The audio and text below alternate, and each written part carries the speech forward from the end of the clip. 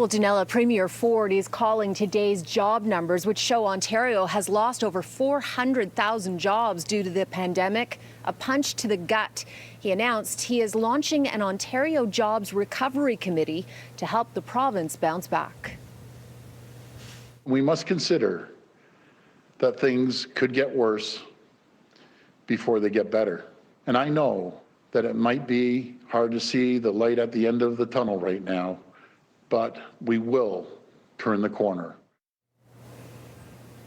Now, yesterday, the Premier blasted the province's poor testing numbers and promised they would increase to 13,000 a day immediately. Today, just over 4,000 were completed. New guidelines will be announced tomorrow on who should be tested, but one mother says her 9-year-old son who has autism was not tested because he's different, and she worries vulnerable people aren't getting the same quality of care. My son came down with 105 fever and a cough. It was very scary.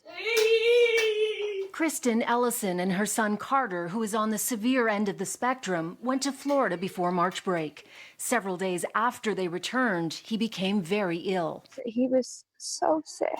My kid doesn't sleep. He bounces off the walls, and he laid in a bed, awake, but not doing anything, for like 10 days. After consulting with an assessment center and calling her local hospital in advance, Kristen took her son to the ER. She was told he was presumptive positive, but the doctor refused to give him a test. My son doesn't really love to be touched by anybody, so it was a bit of a struggle to get his blood pressure. And they basically said, you know, he looks worse than he is. And, you know, if he were more compliant, we would test you. But since he's being so difficult, you know, just go home, self-isolate for 14 days. And, you know, if he goes into respiratory distress, call an ambulance. We told the Premier about her story. She's very concerned that vulnerable people, the elderly, people with disabilities, people like her son with autism, will not get the same level of care, will not be treated the same and get the same access. What do you have to say to her?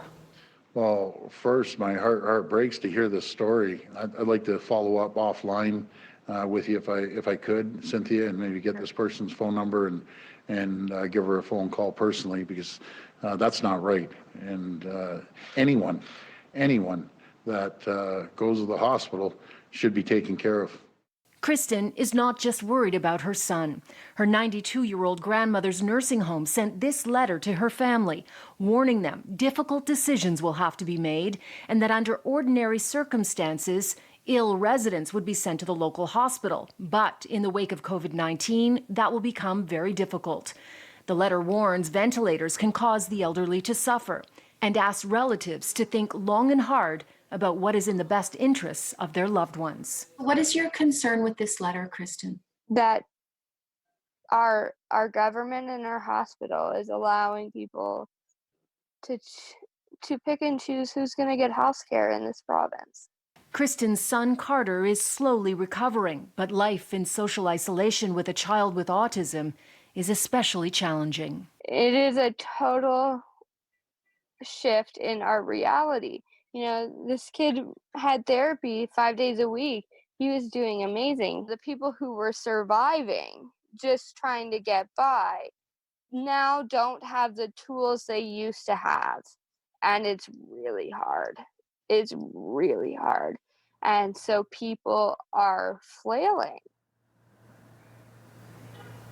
Very challenging for families. One more thing to tell you about from Queen's Park tonight.